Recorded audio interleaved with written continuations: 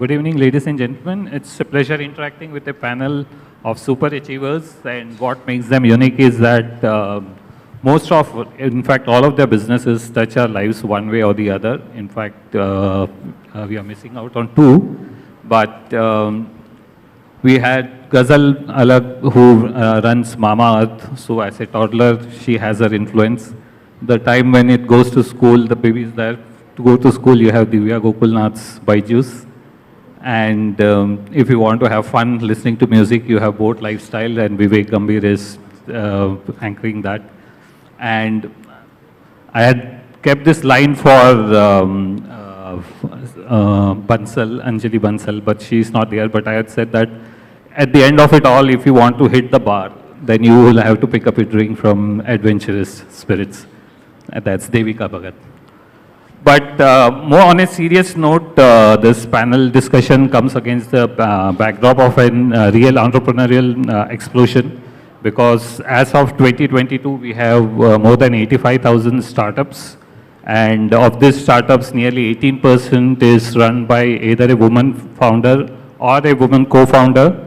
And in fact, of all the deals that has happened between the past 2 years, 17% investment has gone into women-oriented startups. But the icing on the cake is that it's not just startups, even real-world MSME, we have seen a near doubling of numbers. From 4 lakh, the number of women-registered entities have gone up to 9 lakh in just 1 year. So that's some serious explosion out there. So against that backdrop, let me start off with Vivek. Since you started off your career with a consultancy firm, then moved on to join a conglomerate, and then you finally took a break, and then you made the choice of joining an entrepreneurial system. So if you could take us what's really happening in the ecosystem. Yeah, I think what's quite exciting is that mindsets are changing. But what is still sobering is that if you look at the US data, 2% of venture capital funding only went to women. In EU, it was 0.7%. Now, the great thing is India has 15 million women-owned enterprises, which is the highest number in the world probably. But 80% of them are actually one-woman enterprises, right? India ranks in the 20th percentile on the Global Women Entrepreneurship Index. So while there has been some positive movement, I think a lot more needs to be done. And my belief is that unless you learn from things like Swachh Bharat and big missions like that, I think if you're truly serious about it, a lot of initiatives are there. But to truly put focus, we almost need a national mission for women ownership. I think if we have something of this sort, there are lots of ideas which will come in. There's also a significant change required in the investment community. If the investment committees of venture capital companies and private equity companies are largely run by men, guess what? There will be a bias to keep on choosing companies which are going to be run by men. So the investment community, access to finance, a much deeper mission around women ownership. I think if we get these right, the building blocks are there, and we actually know that women leaders tend to perform better than men leaders. And there's enough data from the post-COVID world which shows that women are much better at handling crises. If you look at the models of leadership, which are moving from command and control to much more of a collaborative leadership, women tend to do better. Women are extremely keen to take entrepreneurial roles, but we do still need a lot of work to create an enabling platform for that. So what, according to you, is the biggest trigger that's really fueling this? Sorry? What is the single biggest trigger right now that is fueling the ecosystem? Is it the flow of capital, or is it that great ideas out there?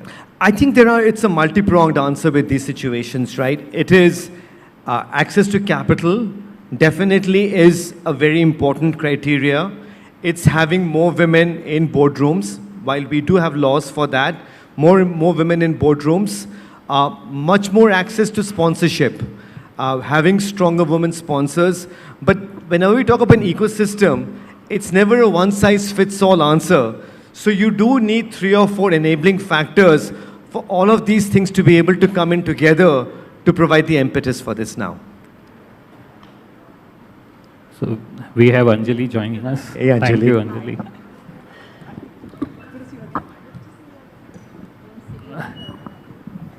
So, Divya, if you could share your thoughts I on was just how telling him the diversity on this panel is now not reflective of the diversity, unfortunately, So, either in you the know, that- workplace. Divya, I was joking with Ajita beforehand saying that, look, I actually feel like a misfit among such capable women. No, we want you by our Right. side. When the whole world is listening to you, that's when things That's happen, true. not when only half of it is. But I said this is how women generally So- feel on a daily basis, right? I So- think we should let the diversity stay and just focus on the entrepreneurial thing, because that will only make us more squeamish out here. So, Divya, if you could share us, what really led you to join Baiju in his mission, and what were your initial thoughts? Were you keen on joining as a co-founder? What really went through when you made that decision? Wow, okay. So, I found one point very interesting in what he said about entrepreneurial explosion. I'll just say that and then I'll get into my journey, where he spoke about the 20 million new people, women especially, and that explosion is actually happening because it's the age of the digital entrepreneur, right? Literally, we can start up anywhere that we want. And last week when I met a young woman and I asked her, where's your office? She pointed to her shiny bag, which was her laptop, which means that today, anywhere, anyhow, with the right mindset, we can actually start up. So this boom which is happening and which is very relevant to today's discussion, I feel is a reason for this entrepreneurial explosion. Entrepreneurial explosion is possible, is inclusive, it's diverse because it can also start from home, not necessarily from a formal workplace. Now that being said, so my journey started as a teacher, and it started 15 years ago. And when I said this to somebody yesterday, they said, "What, were you a child when you started?" I said, "No, I was 21." And so when I was 21, I walked into my first classroom and I taught, and it was so much impact that I felt 100 students, 4 years younger than me, I was helping them take a very difficult exam to get a job that they love. And just to look a bit older than them, because I was just a bit older than them, and I just wore a sari, and thanks to that I can wear that in 5 minutes today. And that's how my story started, and I became a teacher, and from a teacher we built teams together. Somewhere along the way I also ended up marrying my co-founder, Baiju. Yeah, and we have 2 kids, a 9-year-old and a 2-year-old. The age gap is because our app was launched in 2015, which takes all our attention, time, the elephant in the room. But yes, that's how the journey has grown.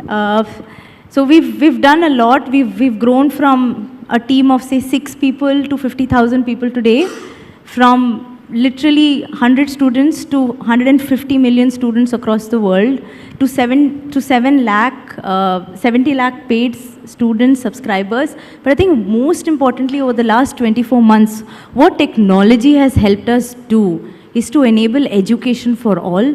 So today we have 55 lakh children who are learning with us for free across India, from the deepest parts of the country, half of them girls. And on the side, what we've seen is that organically, 20,000 mothers are now going to give the 10th standard exam next year. There was no push for this. So this, for me, is explosion. Wow. Anjali, we were just setting up the context, of what really is fueling this boom, and especially for women entrepreneurs. And for someone who had started out very early, on the corporate career, and you've seen there, been there, and now you have made the switch to an entrepreneur. So what are the building blocks that's really fueling this boom? First of all, apologies for being a little bit delayed. I can safely park that with our airlines. Delighted to be here, of course, with so many friends, and wonderful to see Vivek here. I think, let me first start with saying one of the most ironic and frankly tragic things that half the population of the world is considered diverse. So the math doesn't make sense. How can you be 50% of a set and then be a minority or a diversity? But that's the case, and it's massively underrepresented in business for sure. as well as in many aspects of life, I think it's a loss to our species and to society because we are not fully leveraging our talent pool. So with that piece said, my own journey has been one of discovery and somewhat serendipitous discovery along the way. I started with wanting to actually be a scientist and in public service, and then went off to do business instead, and then got involved with microfinance in the early years, saw the incredibly transformative power of innovation. And this was before technology, this was just product innovation around credit, and how that helped to transform the lives of millions of women around the world with providing access to, they call it economic empowerment, but when you economically empower women, it also socially and politically empowers them. That onwards, setting up a company in India was very young. I really knew nothing. I think I jumped into it more out of ignorance than anything else. Then getting into private equity, then turning around a very distressed bank. So all of these have been new things, not necessarily traditionally entrepreneurial, and which I think it's kind of come full circle from technology, working in ISRO, going off to the US, coming back to India, and being in financial capital, human capital strategy, and now working with founders.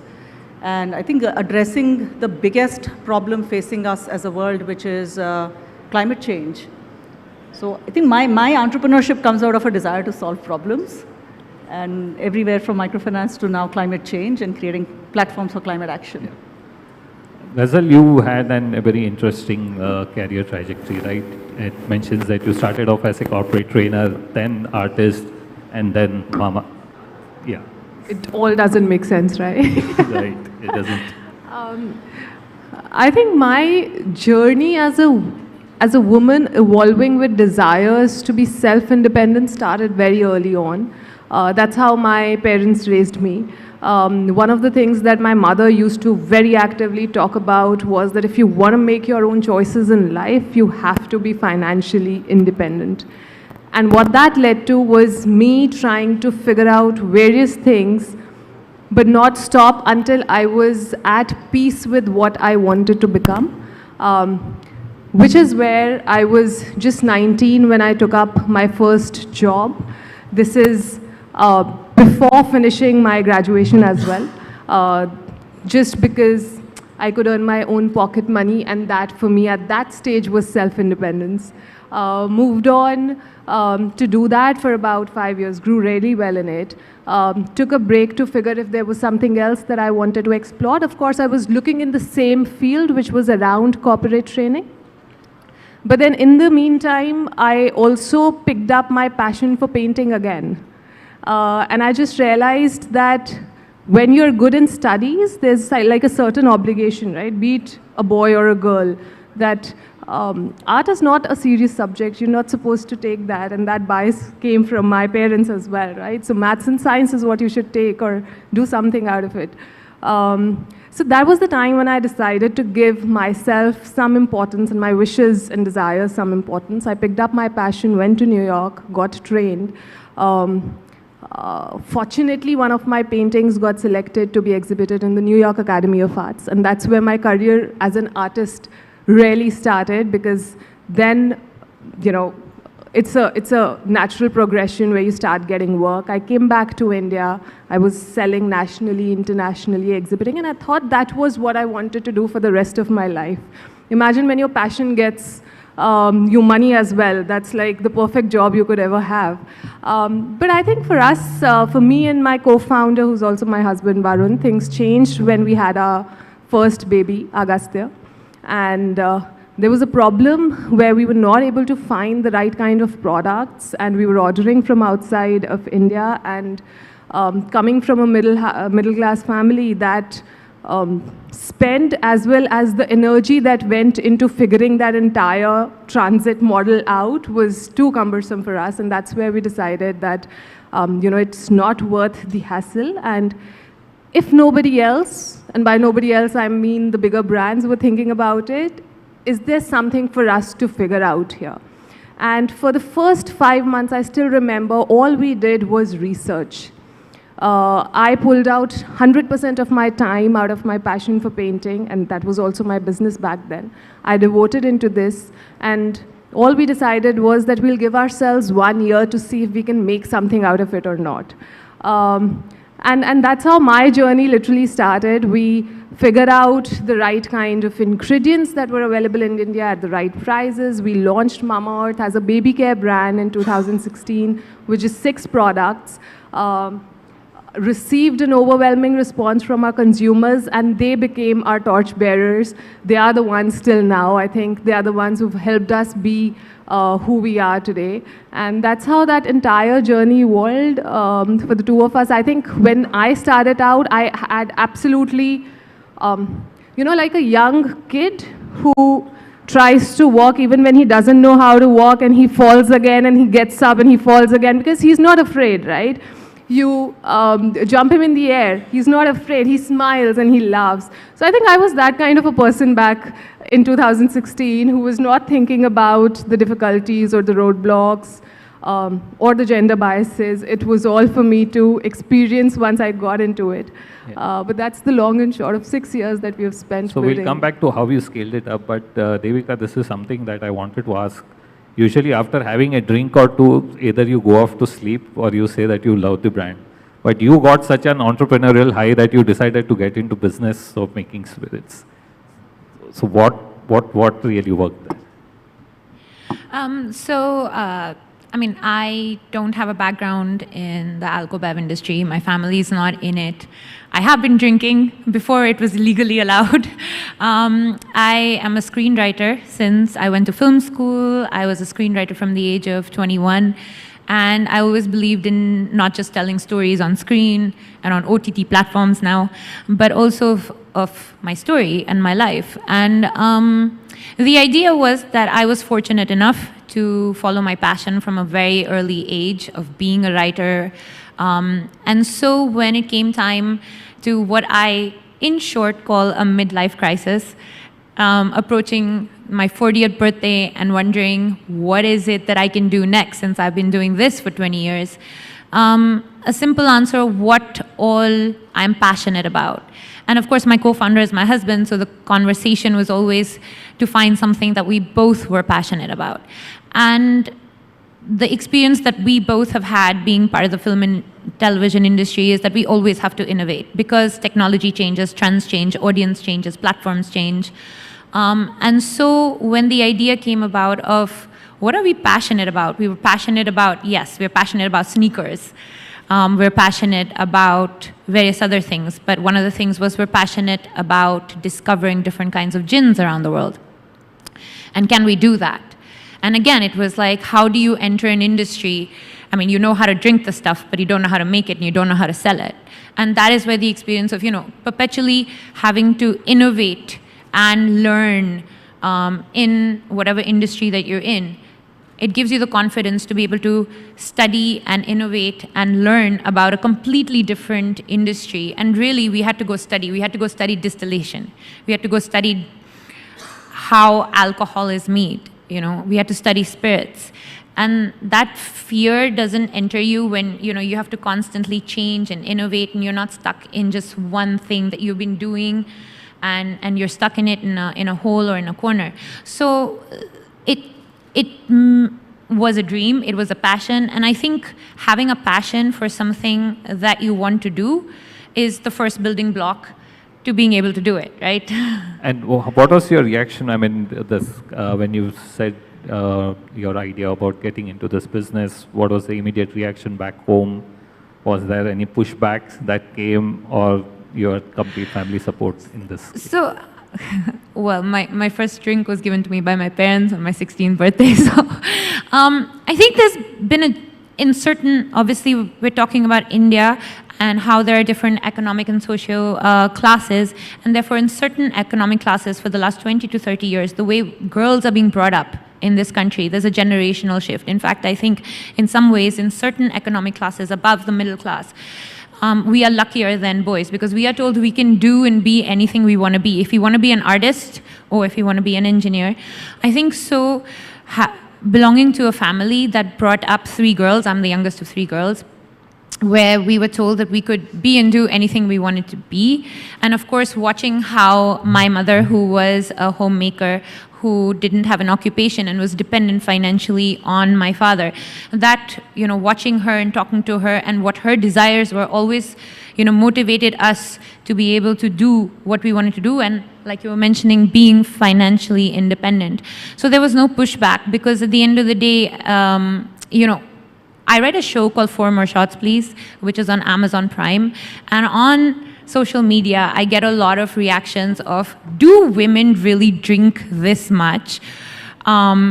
Women don't really drink, and if they attended any of the fests or the bar takeovers that we do, they would see that there is no distinction in gender. People who like their drink, like their drink, and enjoy their drink. So there was never any pushback, but there have been reactions entering this, especially from the bureaucratic side of things, where they are not as open with me as they are with my husband when it comes to, the bureaucracy and the red tapeism of the alcohol business. We'll come to the biases part. Anjali, there is one piece of statistics which says that India has got now the highest number of startups, but at the pace at which startups are coming, at the double the rate, startups are also closing. And I think 2,000 plus startups just folded last year, despite the fact that they had got funding from Series A, Series C. Still, so what we want to understand out here is the journey from 0 to 1 may not necessarily, they say it's the toughest. And what is that challenge? How does entrepreneur kind of overcome that piece of really scaling up a business from start, despite the fact that you have access to capital? So I think the whole point around startups is, first of all, closing down a startup is not failure. That is something we must understand in India. If you take risk and starting something new, quote unquote, doing a startup means taking tremendous risk, putting yourself out there. It comes from an original idea, hopefully original, and tremendous passion. And as Ghazal and has spoken about this as well, you have to come. So if it doesn't work, closing it down actually is the smart thing to do. There's absolutely nothing wrong in shutting a startup down. That's part of the journey. It means you shut something down, you say it didn't work, you dust yourself off, you find something else if you still want to be an entrepreneur, and then you go build that. So that's why startups close. And I think we should celebrate failures in the 0 to 1. Better to shut down if you don't get product market fit in 2 years, better to shut down then keep going on, and then using up a whole lot more capital and creating a lot more people that then get dependent on the companies. Nothing wrong in shutting it down. Ghazal, how did you get your piece right? Ghazal.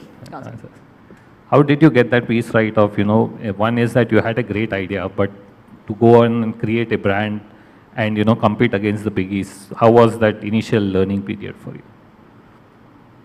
Just want to start with, when we started out, nobody thought it was a great idea.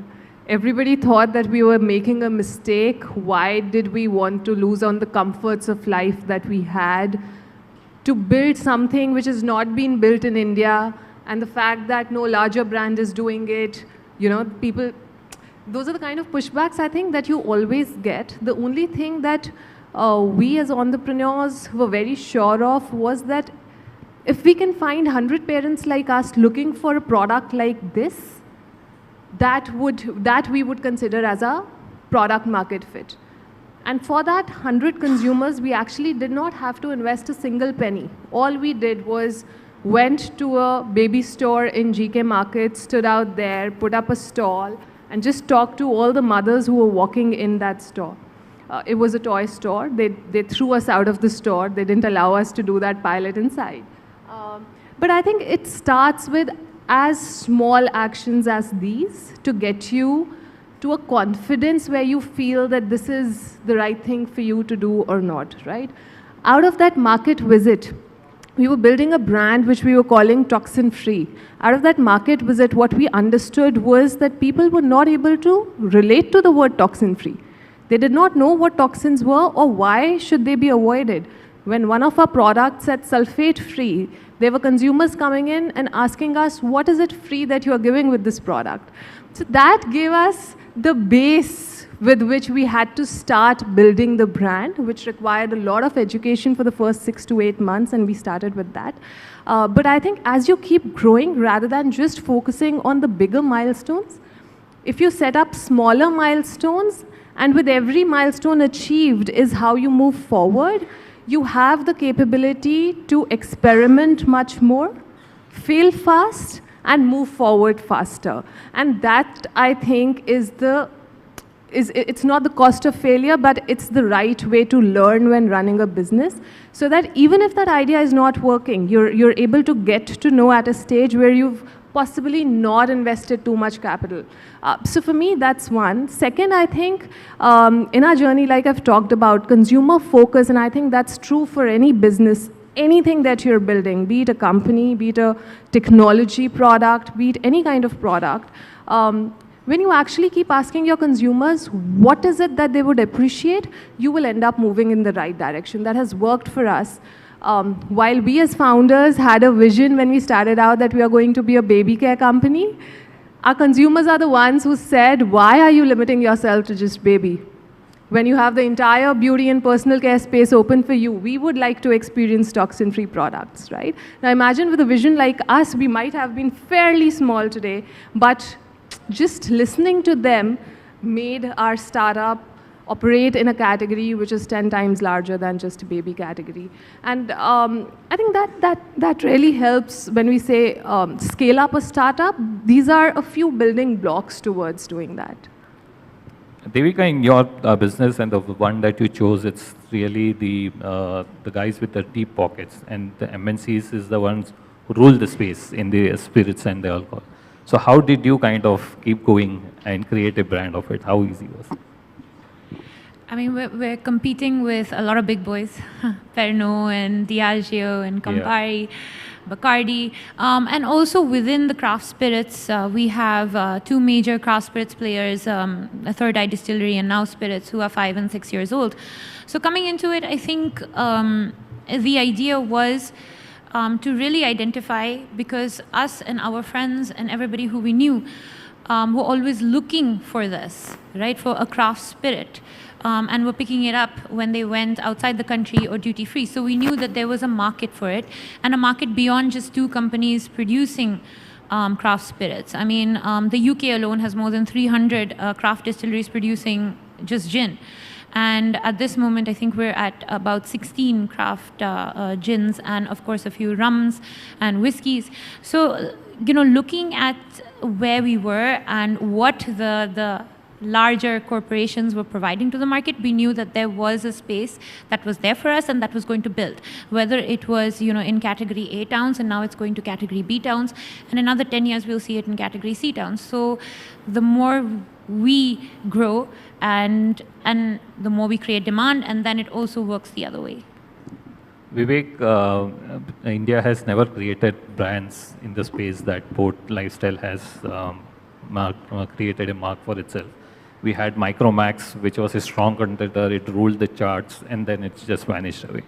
So how do you see this whole evolution for Boat Lifestyle? Do you think it can really continue to be up there and create a market for itself and a brand for itself in the days to come, considering that the technology is so... You know, I think what's common with whether it's Byju's or Mamaearth, I think a lot of brands, even like Boat, start with a very clear idea of a consumer need, whether it's toxin-free chemicals or education. So the first premise also always has to be is there a consumer need which is either latent today or isn't being satisfied fully?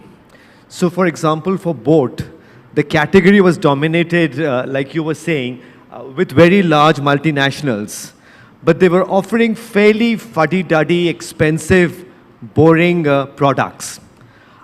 Our website is called boatlifestyle.com. So we wanted to, first of all, the first important thing always is create innovative products. So our products are the best quality for that particular price point. The second is you marry pricing with great quality, great features, be innovative. And then the final piece is around marketing. add some drama to the category. Initially, we actually sponsored the Lakme Fashion Week. So you had models actually walking around with both headphones. But ultimately, I think for any brand in India, being able to combine affordability with quality and innovation and availability, that's the secret sauce in terms of being able to address the masses, which is where I think the big opportunity is. The great thing with Indian consumers is that they are very willing to actually give Indian brands a chance, whether it's Byju's, whether it's Mamaearth. You see Indian consumers, and today we are seeing, this year we will be actually manufacturing 15 million units in India, right? And there's a huge amount of pride now for brands being born in India, brands that are made in India. Unlike other markets of the world where there is obviously a big allure towards global brands, Indians, if you give the right quality at the right price with the right features, will actually give you the fighting opportunity. So I think we are very hopeful.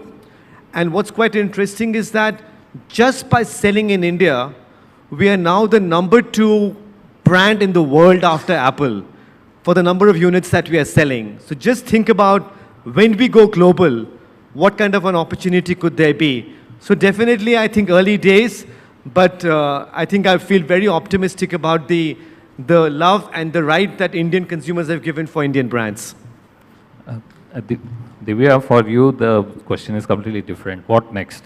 And so you've gone you have scaled much beyond the Indian borders. Now you're going into foreign shows.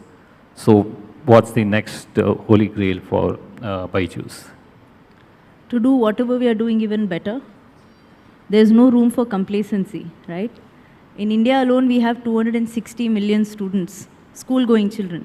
We have 1.5 billion school-going children in the world. When we have our choice of color, when we have our choice of stationery, why can't we have our choice of the style, the pace, the size of learning which is suited to us? That is the question, and that the day when we can answer that, when we have a personalized learning solution for every child in this world going to school or unable to go to school today, that's when we'll stop. So the mission is very long term. I think we have a long way to go. And you asked me what's next. If you look at the growth, the journey that we've been to, so while we've been the complete offline classroom model in 2007, 8, 9, 10, and in 2015, we went completely online when we launched the app. 2015 July was the month in which Digital India was launched. And 2015 August was when Byju's, the learning app, was launched. The India story and the Byju's story are very strongly intertwined with each other. And you spoke about the startup ecosystem in India. What have we reached today? We're about to become the 3rd largest startup ecosystem in the world. We are 3rd in terms of number of unicorns, 2nd in terms of number of startups, 1st in terms of the speed in which we're adding new startups every day. This shows that the appetite is great, and for our segment, which is education, which has a double bottom line of doing well and doing good, you can really create impact at scale. And why is that possible? It's because of the country that we are in. I believe that if you make in India for India, you're actually making for the world. The diversity you have, every turn you take, it's like creating for a different country. That sort of diversity gives you global exposure. It helps you create for the world. When you're creating for 1.4 billion people, you're creating for 1/6 of humanity. That is scale. We are set to have 20% of the world's global workforce. We are set to have 21% of the middle-aged population of the world. These are big numbers. So India is at the right place at the right time. The global edtech market is growing at 16%. India's edtech market is growing at 40%. What does it say? India is soon going to be the edtech capital of the world. So I couldn't be more optimistic. I couldn't be any complacent. If anything, we are roaring to go, stronger than ever. I would not say fast and furious, but fast yet steady. We would love to have this panel discussion going on, but unfortunately I have to just wrap up with one question for each of the panelists. How has entrepreneurship changed you as a person, and what will be your one advice that if you would give out to your audience? I think Be a entrepreneurship, short answer for sure. this is not going to be a short answer from anybody, I don't think. So in some ways, this is probably my 3rd gig in different shapes and forms of entrepreneurship. I think it is the most exhilarating learning, challenging journey. After a while, you forget what it is like to not be an entrepreneur. It's tremendously empowering. You carry so much responsibility because after all, when you start up something new, it's not just your passion, but also whether you have consumers and customers to whom you're making a brand promise, or you have, in my case, funding entrepreneurs, and we are promising them that we'll be with you on your journey, and people who sign up with you for your vision and passion, who work with you. It's a tremendous responsibility. At the same time, it's such a huge opportunity to make a difference and to create, and I don't mean impact in the traditional sense of the word, but in markets like India, and Divya, you rolled out all the right statistics there. In a market like India, how could you possibly even think about building a successful business which does not have a double bottom line? So I think in a market like India, in our economy, in our society, where we are standing today, is both an opportunity and a responsibility to build very successful, commercially scaled businesses. In my case, we are focused on climate. Climate action, you solve for India, you solve for the world, and that's the opportunity. I think if you could just wrap up in one single line the advice that you could give out. You're putting me under pressure now. I think if I have to seriously summarize it in one line, I would say entrepreneurship has made me much more confident and has increased my appetite for taking risks and optimizing for success massively. So Mamaearth is actually my third startup. I had 2 more before that, which I failed at. And we wouldn't have been talking about them if it was not for Mamaearth. So I consider them as my stepping stones. But I think the only thing that I've taken away is that when you put your mind and might behind figuring a problem out and solving it, you figure it out. Okay. Devika? Because we're a young company and because I was a very intrinsic person as a writer, I think what entrepreneurship has taught me the most is not to try and do everything myself, to be a team leader, to delegate responsibility, and to learn to let go. Yeah, Vivek? So I'm not an entrepreneur, right? But I think of myself as a professional entrepreneur, if there is a word like that. And so for me, the big learning has been in this journey is how do you really add muscle to the hustle, and how do you add method to the madness? Divya. Okay, So I'll try my Vivek, you best. have been my mentor. Thank you. As an also a mentor to, I don't know, possibly thousands of entrepreneurs out there. There is so much to learn. He's also on our board, by the way. Thank you. So Thank you, Ghazal. Thank you. Entrepreneurship is a 24/7 job. Our role in that is to bring it up like we would bring up our child. Entrepreneurship has taught me that sometimes you can get a little more love than you're supposed to get, much more hatred than you deserve, but life is in the middle, so keep walking, keep running, and jump higher. That's it. Thank you, panelists. Thank you for taking time out. Can I add one point for women? Find a great co-founder. Yes. Sometimes it happens to be your life partner, but otherwise find a great co-founder. Thank you, panelists, for your time.